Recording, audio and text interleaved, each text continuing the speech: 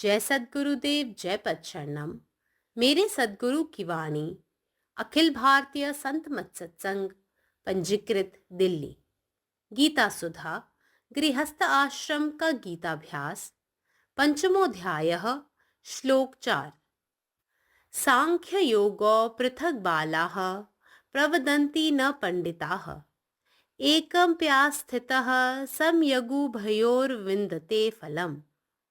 हे अर्जुन, जिन मूढ़ पुरुषों की समझ में यह तत्व नहीं आता, वे ज्ञान योग और कर्म योग की व्यवस्था भला कैसे समझ सकते हैं। वे अपने स्वाभाविक अज्ञान के कारण इन दोनों को एक दूसरे से भिन्न समझते हैं। परंतु यदि वास्तविक दृष्टि से देखा जाए तो क्या कभी भिन्न भिन्न दीपकों के प्रकाश में कोई भेद दिखाई देता है?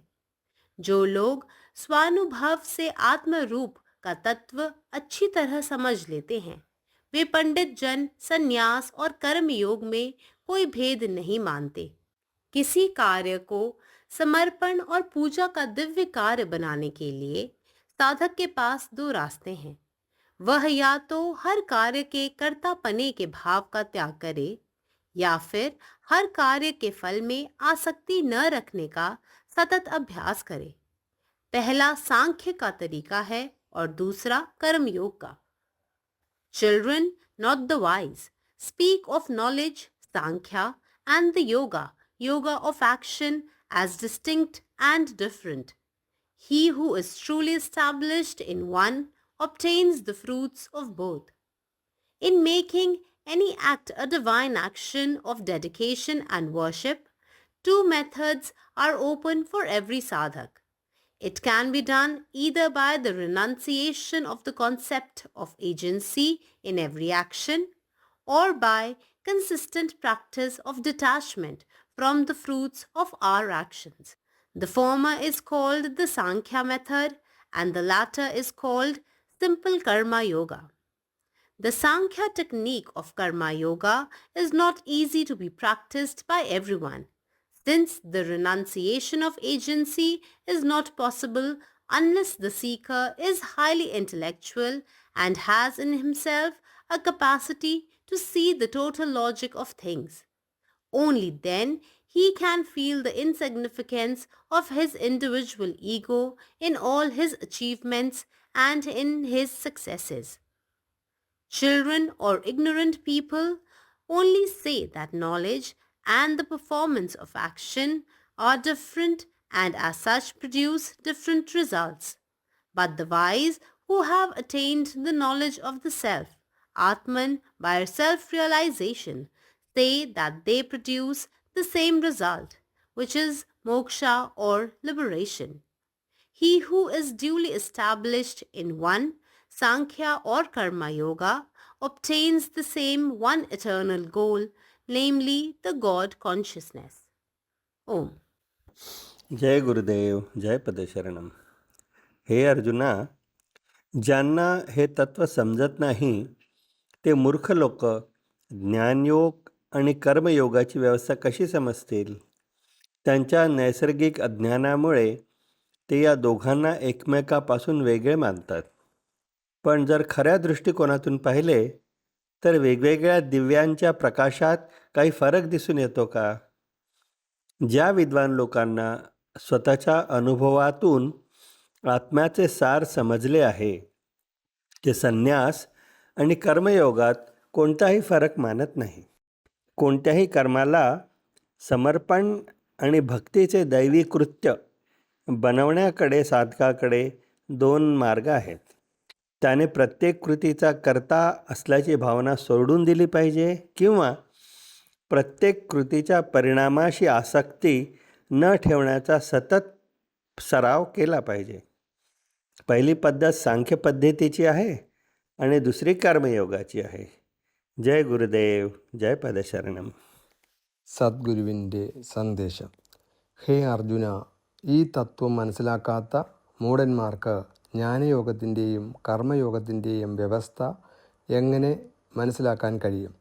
അവരുടെ സ്വാഭാവിക അജ്ഞത കാരണം അവർ ഇവ രണ്ടും പരസ്പരം വ്യത്യസ്തമാണെന്ന് കരുതുന്നു.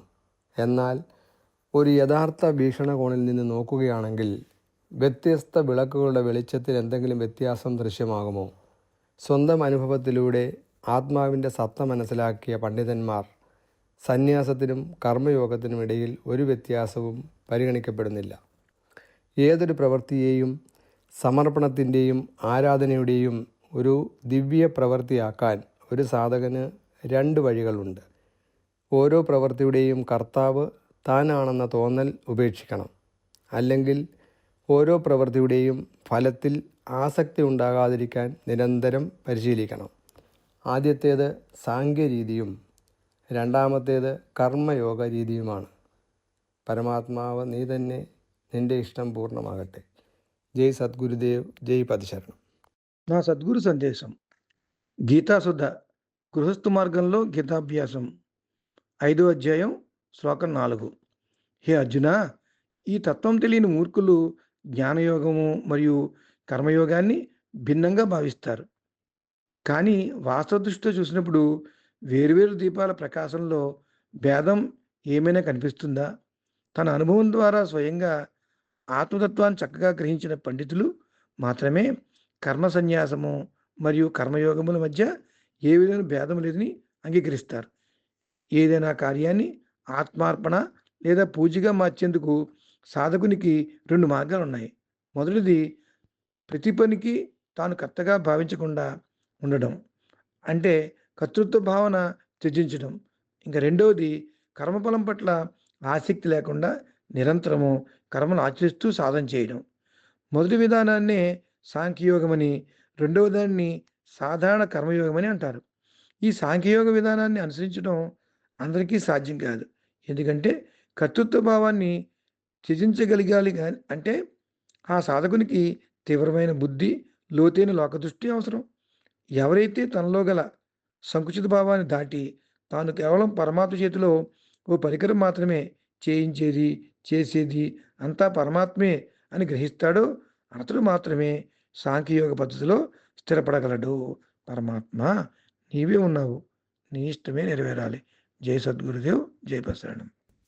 हे अर्जुन, जे मूढ़ मनुष्य सब ई असल तत्व ज्ञान के नहीं बूझैत छथि, ओ ज्ञान योग आ कर्म योग के व्यवस्था के केना बूझ सकैत छथि।